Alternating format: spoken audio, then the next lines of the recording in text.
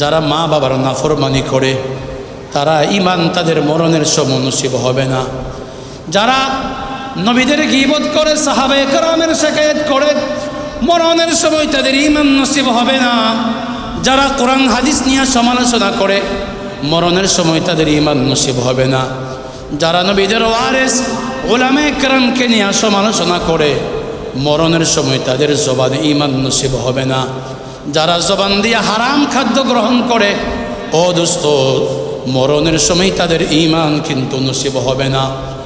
ও দোস্ত, ও যুবক ভাইয়েরা কান খুলে শোনো, যারা জবান দিয়ে নাফাক প্রবেশ করাবে, যারা জবান দিয়ে হারাম খাবে, যারা জবান দিয়ে নিশা খাবে, যারা জবান দিয়ে নিশাগ্রস্ত জিনিস করবে, তারা মরণের সময় ঈমান নসিব হবে না। জানি না যুবক তোমাদের কি অবস্থা। যদি এমন হয়ে থাকে তওবা করে ফেলো। যারা মা বাবার সাথে নাফরমানি করো, মা বাবাকে ধমক দাও, ও বাবা যার মা নাই তাকে জিজ্ঞাসা করো মা কেমন জিনিস। ও বাবা যাদের বাবা নাই তাদেরকে জিজ্ঞাসা করো বাবা কেমন জিনিস। যাদের মা বাবা উভয়জন নাই, ও যুবক ভাই তোমাদের যাদের মা আছে কদর করো। ও যুবক ভাই তোমাদের যাদের বাবা আছে কদর করো। মা বাবার নাফরমানি যদি করো দুনিয়াও ধ্বংস হয়ে যাবে, আখিরাতও ধ্বংস হয়ে যাবে। কোনোদিন মরণের সময় ঈমান তোমাদের নসিব হবে না। অনেক চেষ্টা করার পরেও জবান তোমাদের ঈমান নসিব হবে না। ও ভাই যাদেরকে আল্লাহ জবান দান করেছে, জবানের মতো এক নিয়ামত। পৃথিবীতে আল্লাহ কত মাখলুকাত বানিয়েছেন, কত শক্তিশালী মাখলুকাত বানিয়েছেন, কিন্তু কথা বলার যোগ্যতা দেই নাই। হাতি কত বড় শক্তিশালী প্রাণী, কথা বলার তার কোনো যোগ্যতা নাই।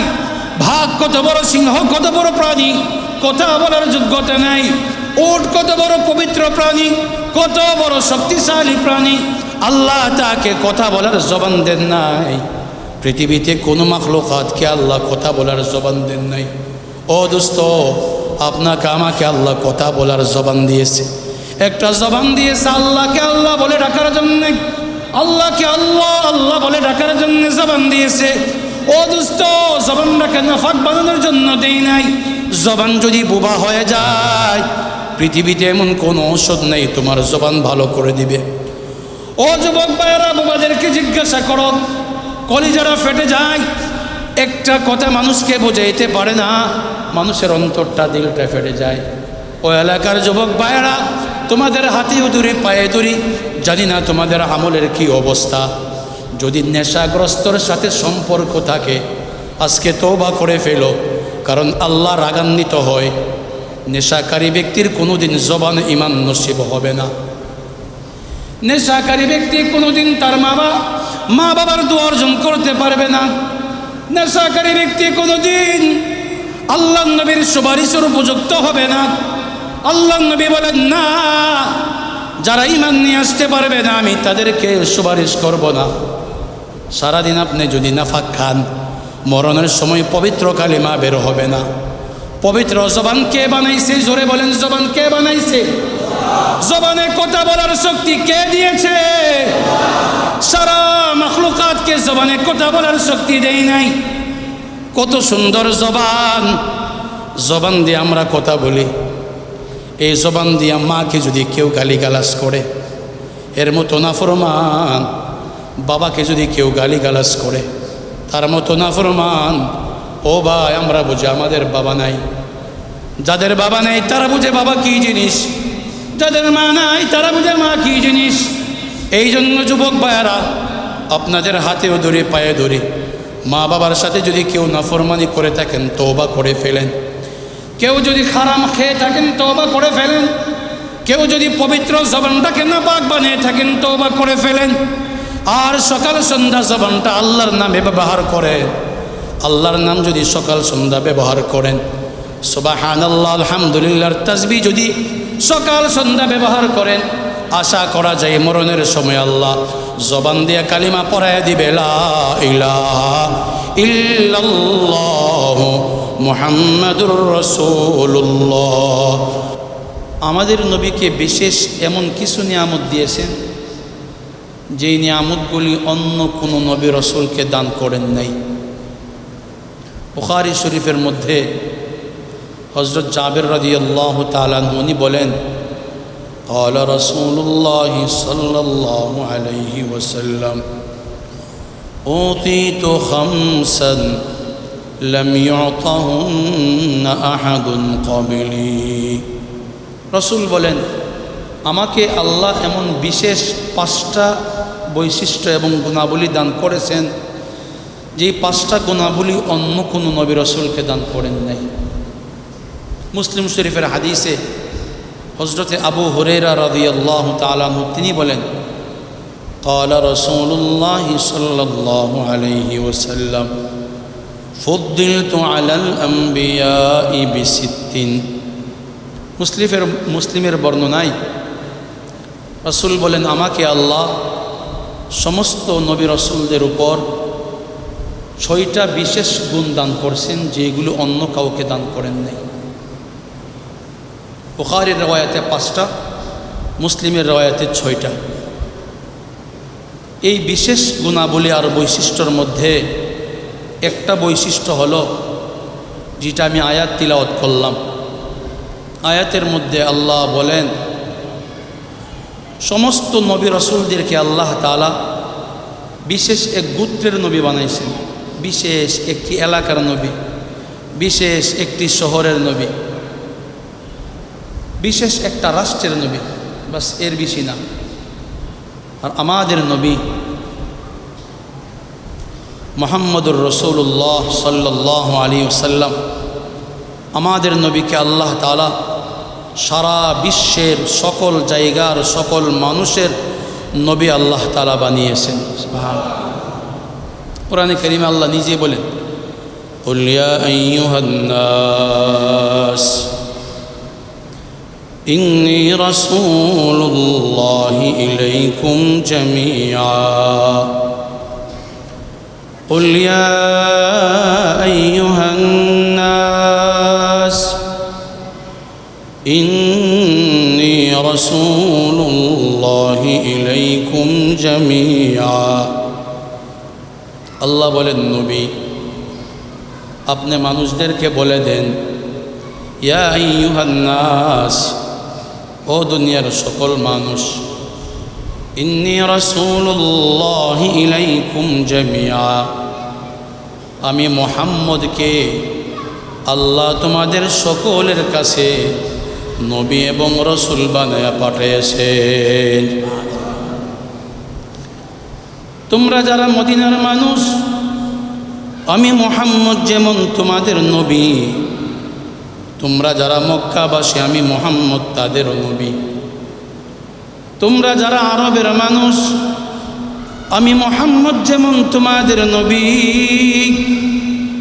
যারা আরবের বাহিরে বিশ্বের বিভিন্ন প্রান্তে আছে, আমি মুহাম্মদ তাদেরও নবী। তোমরা যারা মুসলমান জাতি, আমি মুহাম্মদ যেমন তোমাদের নবী, যারা বেঈমান কাফের ইহুদি নাসারা খ্রিস্টান, আমি মুহাম্মদকে আল্লাহ তাআলা বেঈমান কাফেরের হেদায়েতের জন্য আমাকেই নবী বানায়া পাঠিয়েছে। ইহুদির নবীও আমি, খ্রিস্টানদের নবীও আমি। মিশকাত শরীফে হাদিস আসছে, রাসূল বলেন, ওয়াল্লাযী নাফসু মুহাম্মাদিন বিয়াদিহি লা ইয়াসমাউ বি আহাদুম মিন হাযিহিল উম্মাহ ইয়াহুদিয়্যুন ওয়ালা নাসরানি সুম্মা মাতা ওয়া লাম ইউমিন বিল্লাযী উরসিলতু বিহি ইল্লা কানা মিন আসহাবিন নার। রাসূল মিশকাতের হাদিসে বলেন, যারা ইহুদি, যারা খ্রিস্টান, তারাও আমার উম্মত। আমার আগমনের কথা যারাই শুনেছে আর আমার প্রতি ঈমান না নিয়ে মারা যা, তারা সকলেই জাহান্নামে যাবে। আল্লাহ নবী বলেন, শোনো, ইন্নী রাসূলুল্লাহি ইলাইকুম জামিআ, তোমরা যারা বর্তমানে উপস্থিত আছো, আমি মুহাম্মদ যেমন তোমাদের নবী, যারা এখনো দুনিয়াতে আসে নাই, মায়ের পেটে আছে, আমি মুহাম্মদ তাদেরও নবী। যারা মায়ের পেটে আসে নাই, রূহের জগতে যারা আসে, এখনো আসে নাই, কিয়ামতের আগে দুনিয়াতে আগমন করবে। আল্লাহ আমি মুহাম্মদকে কিয়ামতের আগে আনেওয়ালা সমস্ত মানুষের নবী বানায়া পাঠিয়েছেন। আমি সবার নবী। এই ব্যাপক নবুয়ত আল্লাহ একমাত্র আমাকে দান করেছে। নবীরা মারা গেলে নবীদের নবুয়ত থাকে না। আমাদের নবী ইন্তেকাল করেছেন ১৫০০ বছর, কিয়ামত পর্যন্ত আর কাহারও নবুয়ত চলবে না। আমাদের নবীর নবুয়ত কিয়ামত পর্যন্ত আল্লাহ তাআলা চালিয়ে নেবেন। আল্লাহ নবী হাদিসে বলেন, وكان النبي يبعث إلى قومه خاصة। আমার পূর্বে আল্লাহ যত নবী রাসূল প্রেরণ করেছেন, এক একজন নবীকে এক এক গোত্রের নবী বানিয়েছেন। কোরআনে কারীমে বলেন, وإلى عاد أخاهم هودا। আল্লাহ হযরত হুদকে কওমে আদের নবী বানাইছেন। وإلى ثمود أخاهم صالحا। আল্লাহ হযরত সালেহকে কওমে সামুদের নবী বানিয়েছেন। وإلى مدين أخاهم شعيبا। হযরত শুআইব আলাইহিস সালামকে আল্লাহ মাদিয়ান শহরের নবী বানিয়ে পাঠিয়েছেন। ولوطا إذ قال لقومه أتأتون الفاحشة ما سبقكم بها من أحد من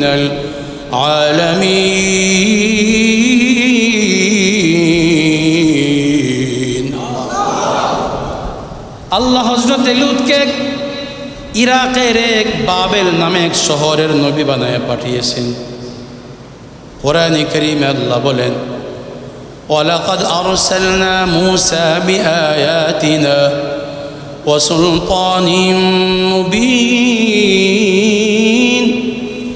ইলা ফিরআউনা ওয়া মালাইহি ফাত্তাবাউ আমরা ফিরআউন ওয়া মা আমরু ফিরআউন বিরশীদ।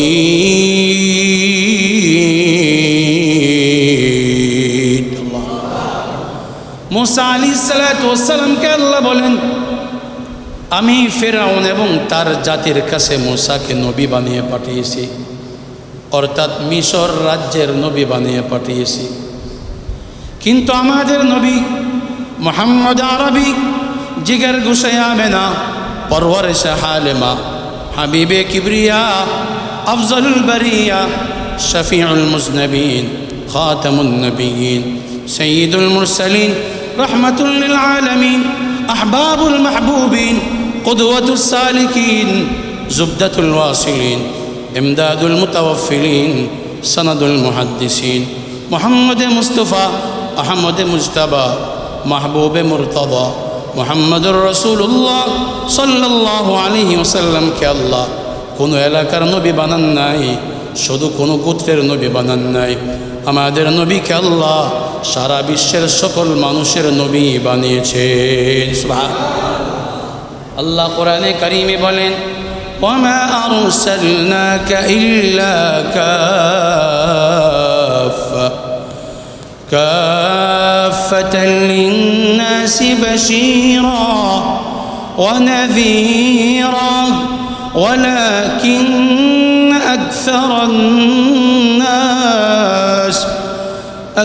আকসারান-নাসি লা ইয়া'লামুন।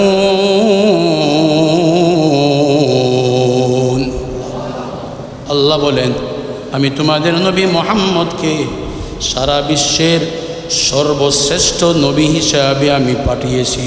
সুবহানাল্লাহ।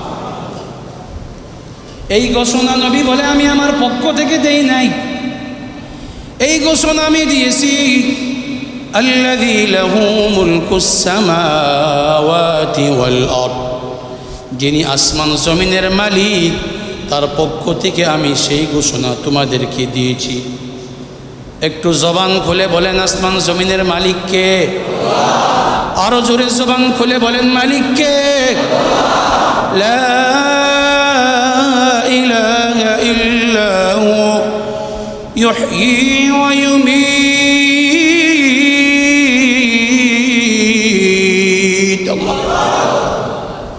আল্লাহ বলেন, আসমান জমিনের মালিক আল্লাহ, আল্লাহর পক্ষ থেকে আমি তোমাদেরকে ঘোষণা করেছি, যিনি আসমান জমিনের মালিক তিনি মানুষকে হায়াত দান করেন, মরণ দান করেন।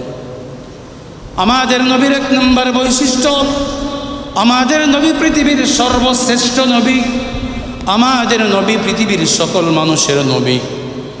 2 নম্বর বৈশিষ্ট্য, ওয়াজুইলাত লিয়াল আরদু মাসজিদান ওয়া তাহুরা।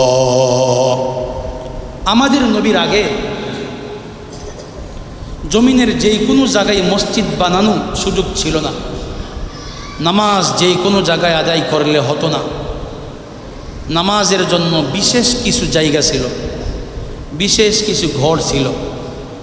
এই বিশেষ ঘর ছাড়া, বিশেষ জায়গা ছাড়া যেই কোনো জায়গায় নামাজ পড়লে নামাজ আদায় হতো না।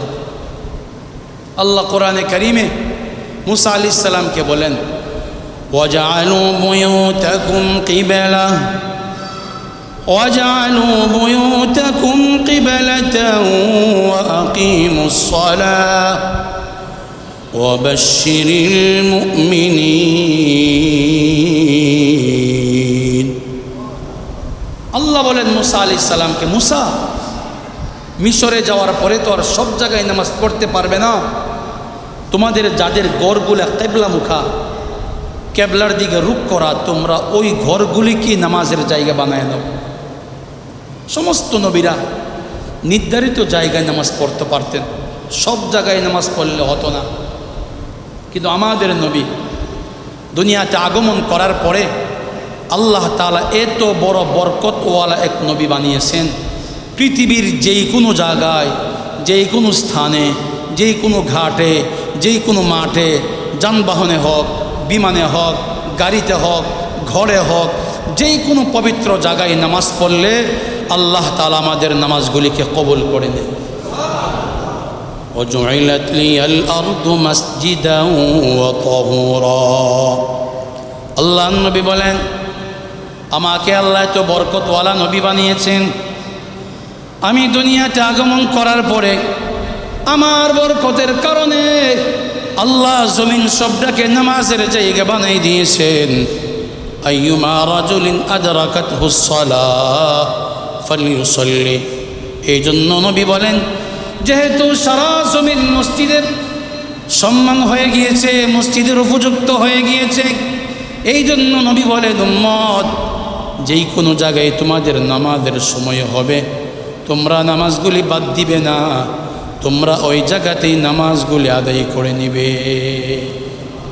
আমাদের নবীর আরেকটা বৈশিষ্ট্য হলো ওয়া তাহুরা, জমিনের মাটিকে আল্লাহ তাআলা পবিত্রতার মাধ্যম বানিয়ে দিয়েছে। আমাদের নবীর আগে আদম আলাইহিস সালাতু ওয়াস সালাম থেকে নিয়ে ঈসা আলাইহিস সালাম পর্যন্ত পবিত্রতার মাধ্যম একমাত্র পানি, দ্বিতীয় কোনো মাধ্যম নেই। নামাজ পড়বে তো পানি দিয়ে উযু করতে হবে, শরীর নাপাক তো পানি দিয়েই তাহাকে পবিত্রতা অর্জন করতে হবে। পানি ছাড়া বিকল্প কোনো অন্য রাস্তা ছিল না। কিন্তু আমাদের নবী যখন দুনিয়াতে আগমন করলেন, নবী হলেন, আম্মা জি আয়েশা রাদিয়াল্লাহু তাআলা আনহা, মিশকাত শরীফে হাদিস, উনি বলেন, একদিন আমরা রসুলের সাথে সফরে বের হলাম। সফর থেকে ফেরার পথে বাইদা অথবা জাতুল জাইস এক জায়গা মদিনার কাছে, ওই জায়গায় যখন আমরা শেষ রাতে ফিরলাম, হঠাৎ করে আমার হাড়টা ছিঁড়ে পড়ে গেছে। কোথায় পড়ল? আমার হাড়ের কোনো আর তালাশ করে পাইতেছি না। রসুলকে জানাইলাম, ইয়া রাসূলুল্লাহ, আমার হাড়টা তো হারিয়ে গেছে, কি করব? রসুল দাঁড়িয়ে গেলেন, সাহাবে কেরামকে দাঁড় করালেন, দেখো তোমাদের মা আয়েশার হাড় হারিয়ে গেছে, তোমরা সকলে মিলে হাড়টা তালাশ করো। সাহাবে কেরাম হাড় তালাশ করতে লাগলেন। এইদিকে নামাজের সময় চলে আসছে, এমন জায়গা যেখানে কোনো পানির ব্যবস্থা নেই। ওয়ালাইসু আলা মাইন, সাহাবে কেরাম বলে আমাদের পানির ব্যবস্থা নেই, আয়েশার হার তালাশ করতে করতে আমাদের এই মুহূর্তে নামাজের সময় চলে এসেছে। এমন জায়গায় আমরা অবস্থান করেছি, পানি নাই। আর যেই জায়গায় পানি, সেখানে যদি আমরা যাই, আমরা নামাজ কাজা হয়ে যাবে আমাদের। যেখানে আছে এখানে যদি নামাজ আদায় করতে চাই, উজু ছাড়া নামাজ আদায় করতে হবে। উভয় দিকে বিপদ, থাকলেও বিপদ, উজু ছাড়া নামাজ আদায় করতে হবে, গেলেও বিপদ, নামাজ কাজা হয়ে যাবে। কি করা? সকল সাহাবে কেরাম মিলে হজরতে আবু বকর রাদিয়াল্লাহু তাআলা আনহুর কাছে গিয়া বিচার দিলেন, নালিশ দিলেন। রে আবু বকর, আপনার মেয়ে আয়েশা আমাদেরকে আটকিয়ে রাখলো, আল্লাহর রসুলকে আটকিয়ে রেখে দিয়েছে। আপনার মেয়ের হার তালাশ করতে গিয়ে আমরা আমাদের নামাজগুলি এখন যাবে।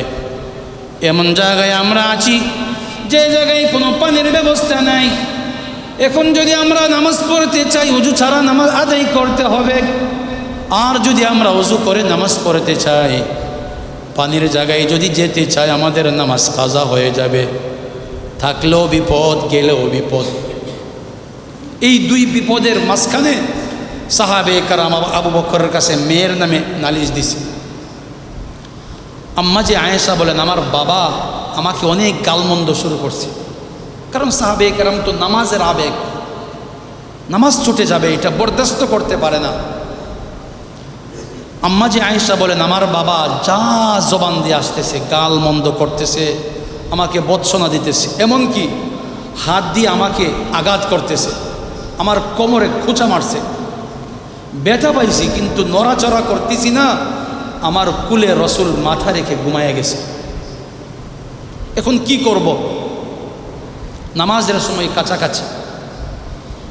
এমনিতে আল্লাহ নবী সজাগ হলেন। আল্লাহ নবী সজাগ হয়ে বলেন, মালাকি ইয়া আয়েশা, ও আয়েশা কি হয়েছে? আম্মা যে আয়েশা বলেন, নবী দুই দিকে বিপদ শুরু হয়ে গেছে। এই জায়গায় নামাজের সময় কাছাকাছি চলে আসছে। আমরা যদি এই জায়গায় নামাজ আদায় করতে চাই, ওযু ছাড়া নামাজ আদায় করতে হবে। ও নবীজি, ওযু করার পানি যে জায়গায় পাওয়া যায়, যদি আমরা সেই জায়গায় যাই, সকাল হয়ে গেছে, নামাজ কাজা হয়ে যাবে। আল্লাহ নবী বলেন, আয়েশা রে, চিন্তা করবে না। আল্লাহ নবী মুহাম্মদ কোনো জায়গায় বিপদে পড়বে আর আল্লাহ তাকে উদ্ধার করবে না, সেটা হতে পারে না। নবী বিপদে পড়বে আর কোনো রাস্তা আল্লাহ খুলে দিবে না, এটা কি হতে পারে? হতে পারে না। অবশ্যই আল্লাহ রাস্তা খুলে দিবে। কি রাস্তা? একটু পানির ব্যবস্থা করলেই তো হয়ে যা। উজু করে সবাই নামাজ পড়তে পারে আর নামাজটাও কাজা হচ্ছে না। কিন্তু রসুল ছিলেন বরকতওয়ালা এক ব্যক্তি। রসুল যদি পাও দিয়া জমিনে আঘাত করেন, রসুলের পায়ের আঘাত লাগার সঙ্গে সঙ্গে জমিন থেকে পানি বের হবে। কিন্তু এই সমস্যাটা তো, এই সমাধানটা তো সাময়িক সমাধান। নবীদের পায়ে এমন বরকত আসেনি? কি বলেন, আসেনি? হ্যাঁ, কোরআনে কারিমে ঘটনা আছে। আইয়ুব আলাইহিস সালাম এক নবী ছিলেন, রোগে আক্রান্ত, শরীর একবারে নষ্ট হয়ে গেছে, চামড়া ভিতরে একমাত্র ক্ষত বিক্ষত হয়ে গেছে। আল্লাহর কাছে দোয়া করছেন, আল্লাহ আপনি আমাকে সুস্থ বানিয়ে দেন। আল্লাহ বলে, আপনি পানি দিয়ে গোসল করেন, আপনার শরীর সব সুস্থ হয়ে চামড়া আগের মতো সুন্দর হবে। আর পানি পান করেন, ভিতরের সমস্ত রোগ ভালো হয়ে যাবে। আইয়ুব আলাইহিস সালাম বলেন, আমি জঙ্গলায় আছি, পানি কোথায় পাবো?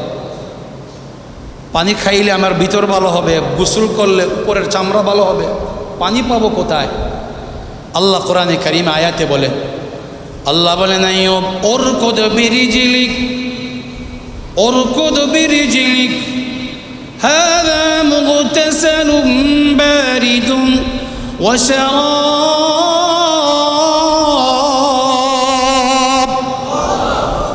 আল্লাহ বলেন, আইয়ুব পাও দিয়া জমিন আঘাত করেন। আইয়ুব পাও দিয়া জমিন আঘাত করার সঙ্গে সঙ্গে জমিনের নিচ থেকে কুদরতি পানি বাহির হতে শুরু হয়েছে।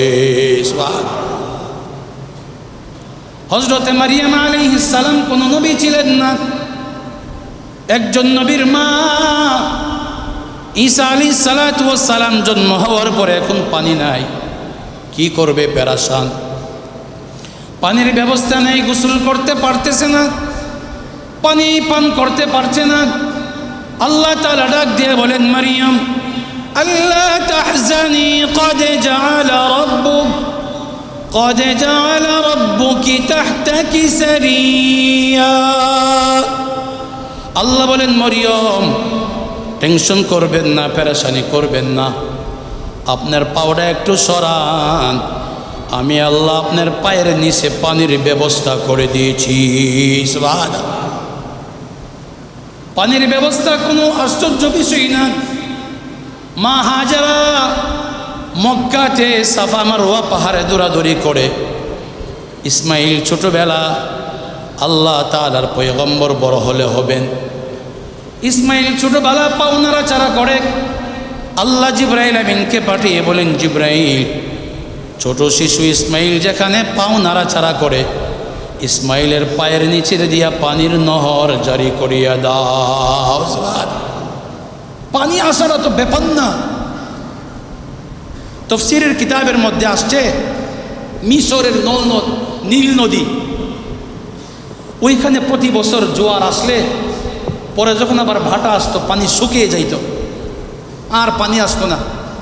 মিশরের মানুষ একটা কুসংস্কার কাজ করত, ছিল একজন সুন্দর মহিলাকে সাজিয়ে নদীর মধ্যে ছেড়ে দিলে তখন পানি আসতো। যখন মিশরের সকলে মুসলমান হয়ে গেলেন, মিশরের গভর্নর হযরত আমর ইবনে আল আস রাদিয়াল্লাহু তাআলা আনহু, উনি বললেন এই কাজ করা যাবে না, কি করব, আমাদের তো পানি লাগবে। উনি বললেন, রাখো, আমি মদিনায় খলিফাতুল মুসলিমিন উমর রাদিয়াল্লাহু তাআলা আনহুর কাছে চিঠি লিখি। চিঠি লিখছে, খলিফাতুল মুসলিমিন, মিশরের নীল নদে পানি উঠতেছে না, কি করা যায়? উমর রাদিয়াল্লাহু তাআলা আনহুর হাতের কলমের পাওয়ার কত! উনি নদীর বরাবর একটা চিঠি লিখছেন, লিখছে, আমি উমর মুহাম্মদুর রাসূলুল্লাহ সাল্লাল্লাহু আলাইহি ওয়াসাল্লামের খলিফা, আমি খলিফাতুর রাসূল, মিশরের নীল নদ তোমার কাছে চিঠি লিখলাম, তুমি যদি আল্লাহর হুকুমে পরিচালিত হও তাহলে তুমি পানি দিতে শুরু করো, আর যদি আল্লাহর বিধানে পরিচালিত না হও তোমার পানি আমাদের দরকার নেই। এতটুকু চিঠি লিখে মিশরে পাঠিয়ে দিলেন। আমর ইবনে আল আসকে বললেন, সারা মিশরের মানুষকে ডাকবা, ডাইকা নদীর পারে জমা করবা, জমা করে আমার চিঠিটা নদীর মধ্যে ছাড়বা। উমরের চিঠি, উমরের হাতে লেখা চিঠি, সারা মিশরের সকল মানুষকে জমা করলেন। আমর ইবনে আল আস রাদিয়াল্লাহু তাআলা আনহু সমস্ত মিশরবাসীকে একসাথে জমা করলেন, বললেন, শুনো, খলিফাতুল মুসলিমিন উমরের পক্ষ থেকে চিঠি আসছে, দেখবা উমরের হাতের আর কলমের পাওয়ার কত। চিঠিটা যখন নদীর মধ্যে ছাড়া হলো, চিঠি নদীর মধ্যে ছাড়ার সঙ্গে সঙ্গে নদীর চতুর্দিক দিয়ে পানি উঠতে শুরু হয়ে গেল। ওই জমানায় উমরের চিঠি পাওয়ার পর থেকে নিয়ে মিশরের নীল নদীর মধ্যে পানি আসতে শুরু হইল। ইতিহাসের মধ্যে লেখে, আজকে পর্যন্ত কোনো দিন মিশরের নীল নদ আর কোনো দিন শুকায় নাই। বলেন তো, আইয়ুব আলাইহিস সালামের পায়ের আঘাতে যদি পানি ওঠে, মরিয়মের পায়ের আঘাতে যদি পানি ওঠে, হজরতে ইসমাইল আলাইহিস সালামের পায়ের আঘাতে যদি পানি ওঠে, উমরের কলমের কালি যদি পানি ওঠে, যেখানে মুহাম্মদুর রাসূলুল্লাহ সাল্লাল্লাহু আলাইহি ওয়াসাল্লাম পানির জন্য আটকাইছেন, এখানে পাও দিয়ে আঘাত করলে কি পানি উঠবে না? রসুল বলেন, না, এখন পানি উঠবে, তোমরা ওযু করবে। এটা হলো সাময়িক সমাধান, দেখি আল্লাহ কি সমাধান করে। আল্লাহ নবী সাহাবে কেরামকে নিয়ে এমনি বসা আছেন। ফানাজালা জিবরাইল আলাইহিস সালাতু ওয়াস সালাম, এমনি নবী দেখেন জিবরাইল আগমন করেছেন। আল্লাহ নবীর কাছে জিবরাইল আয়াত নিয়ে আসে, বলেন, ফামান লাম ইয়াজিদ মাআন ফাতায়াম্মামু সাঈদান তাইয়িবান ফামসাহু বিওজুহিকুম ওয়া আইদিকুম মিন। ও নবী, পেরেশানি হবেন না, আল্লাহ আপনার উম্মতের জন্য পানির বিকল্পের ব্যবস্থা করে দিয়েছেন। নামাজের কোনো চিন্তা করবেন না। আপনার উম্মতকে বলেন, আজ থেকে নিয়ে কিয়ামত পর্যন্ত পানির বিকল্প আল্লাহ তায়াম্মুমের বিধান চালু করে দিয়েছে। সুবহানাল্লাহ। 10 বছর যদি কেউ পানি না পা, বাস এই তায়াম্মুম করে করে 10 বছর চলতে পারবে। জ্বরে আক্রান্ত ব্যক্তি পানি আছে ব্যবহার করার মতো ডাক্তার না করছে, বাস তায়াম্মুম করে চলতে পারবে। আল্লাহ নবী বলেন, ওয়াজুইলাত লিয়াল আরদু মাসজিদান ওয়া তাহুরা। আমার বৈশিষ্ট্য, আল্লাহ জমিনকে আমার জন্য পবিত্র বানিয়ে দিয়েছেন। আমার বৈশিষ্ট্য, জমিনকে আল্লাহ নামাজের জায়গা বানিয়ে দিয়েছেন। আল্লাহ নবী বলেন, 3 নম্বর বৈশিষ্ট্য, ওয়াউতিতুস শাফাআহ। আমাকে আল্লাহ তাআলা সুপারিশ করার ক্ষমতা দান করবেন। কিয়ামতের ময়দানে সমস্ত নবীরা, সমস্ত উম্মতগণ সবাই মাথা নিচু করে বসে থাকবে, কেউ কোনো কথা বলবে না। আল্লাহ নবী বলেন, ওই সময় আল্লাহ আমি মুহাম্মদুর রাসূলুল্লাহ সাল্লাল্লাহু আলাইহি ওয়াসাল্লামকে সুপারিশ করার ক্ষমতা আল্লাহ আমাকে দান করবেন। আমি তখন আল্লাহর দরবার মাকামে মাহমুদ একটা জায়গা, আসা ইয়াবআসাকা রাব্বুকা মাকামান মাহমুদা। মাকামে মাহমুদ এক জায়গায় গিয়ে আমি সেজদায় পড়ব। আল্লাহ আমাকে ডাক দিয়ে বলবে, ইয়া মুহাম্মদ ইরফা রাসাক সাল তুতা ওয়াশফা তুশফা ওয়াকুল তুসমা। ও মুহাম্মদ, মাথা উঠান, আপনি সুপারিশ করেন, আমি আল্লাহ আপনার সুপারিশ কবুল করে নিব। আল্লাহ নবী বলবেন, ও আল্লাহ, সুপারিশ কি করব? গুনাহগার উম্মতগুলিকে আপনি মাফ করে দেন, জাহান্নাম থেকে মুক্তি দেন। আল্লাহ বলবেন, আখরিজ মান কানা ফি কলবিহি মিসকালু শাঈরাতিন মিন ঈমান। আল্লাহ বলবেন, ও মুহাম্মদ, যাদের দিলে একটা জবের দানা পরিমাণ ঈমান আছে, আপনি তাদেরকে জাহান্নাম থেকে বাহির করে তাদেরকে আপনি জান্নাতে পৌঁছায় দেন। সুবহানাল্লাহ। আবার যখন সুপারিশ করবে, আবার আল্লাহ ডাক দিয়ে বলবে, ইয়া মুহাম্মদ ইরফা রাসাক সাল তুস্তুতা ওয়াশফা তুশফা। আল্লাহ বলবেন, ও মুহাম্মদ, সুপারিশ করেন, কবুল করব। আল্লাহ নবী যখন সুপারিশ করবে, আল্লাহ বলবেন, মুহাম্মদ আখরিজ মান কানা ফি কলবিহি মিসকালু খারদালাতিন মিন ঈমান। ও মুহাম্মদ, যাদের দিলে সরিষা দানা পরিমাণ ঈমান আছে, আপনি তাদেরকেও সুপারিশ করে জান্নাতে নিয়ে যান। সুবহানাল্লাহ।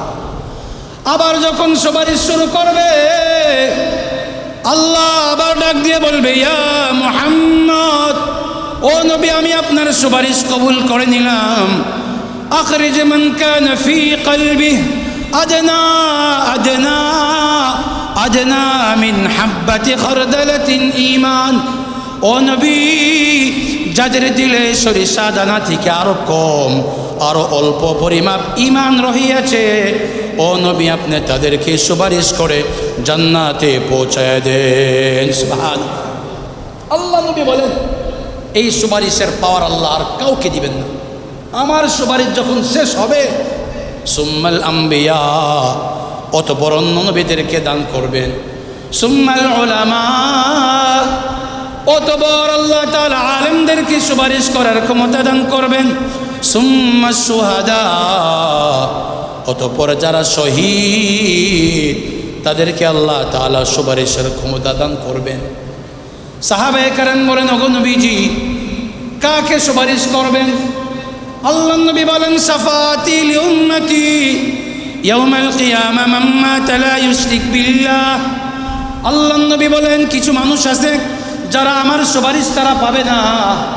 যারা শিরিক অবস্থায় মারা যাবে তারা আমার সুপারিশ পাবে না। যারা আমার ধর্মের মধ্যে, আমার সুন্নত তরিকার মধ্যে যারা রদবদল করবে, তারা আমার সুপারিশের উপযুক্ত হবে না। যারা ঈমান নিয়ে যাইতে না পারবে, তারা আমার সুপারিশ পাবে না। ও দোস্ত, ঈমান নিয়ে কারা যাইতে পারবে না? যারা আল্লাহর নাফরমানি করে, শিরিক যারা করে, কুফরি যারা করে, তারা ঈমান নিয়ে যাইতে পারবে না। যারা মা বাবার নাফরমানি করে তারা ঈমান তাদের মরণের সময় নসিব হবে না। যারা নবীদের গীবত করে সাহাবায়ে কেরামের শিকায়াত করে মরণের সময় তাদের ঈমান নসিব হবে না। যারা কোরআন হাদিস নিয়ে সমালোচনা করে মরণের সময় তাদের ঈমান নসিব হবে না। যারা নবীদের ওয়ারিস উলামায়ে কেরামকে নিয়ে সমালোচনা করে মরণের সময় তাদের জবানে ঈমান নসিব হবে না। যারা জবান দিয়ে হারাম খাদ্য গ্রহণ করে ও দোস্ত মরণের সময় তাদের ঈমান কিন্তু নসিব হবে না। ও দোস্ত, ও যুবক ভাইয়েরা কান খুলে শোনো, যারা জবান দিয়ে নাফাক প্রবেশ করাবে, যারা জবান দিয়ে হারাম খাবে, যারা জবান দিয়ে নিশা খাবে, যারা জবান দিয়ে নিশাগ্রস্ত জিনিস করবে তারা মরণের সময় ঈমান নসিব হবে না। জানি না যুবক তোমাদের কি অবস্থা, যদি এমন হয়ে থাকে তওবা করে ফেলো। যারা মা বাবার সাথে নাফরমানি করো, মা বাবাকে ধমক দাও, ও বাবা যার মা নাই তাকে জিজ্ঞাসা করো মা কেমন জিনিস। ও বাবা যাদের বাবা নাই তাদেরকে জিজ্ঞাসা করো বাবা কেমন জিনিস। যাদের মা বাবা উভয়জন নাই, ও যুবক ভাই তোমাদের যাদের মা আছে কদর করো। ও যুবক ভাই তোমাদের যাদের বাবা আছে কদর করো। মা বাবার নাফরমানি যদি করো দুনিয়াও ধ্বংস হয়ে যাবে, আখিরাতও ধ্বংস হয়ে যাবে। কোনোদিন মরণের সময় ঈমান তোমাদের নসিব হবে না। অনেক চেষ্টা করার পরেও জবান তোমাদের ঈমান নসিব হবে না। ও ভাই যাদেরকে আল্লাহ জবান দান করেছে, জবানের মতো এক নিয়ামত। পৃথিবীতে আল্লাহ কত মাখলুকাত বানিয়েছেন, কত শক্তিশালী মাখলুকাত বানিয়েছেন, কিন্তু কথা বলার যোগ্যতা দেই নাই। হাতি কত বড় শক্তিশালী প্রাণী, কথা বলার তার কোনো যোগ্যতা নাই। ভাগ কত বড়, সিংহ কত বড় প্রাণী, কথা বলার যোগ্যতা নাই।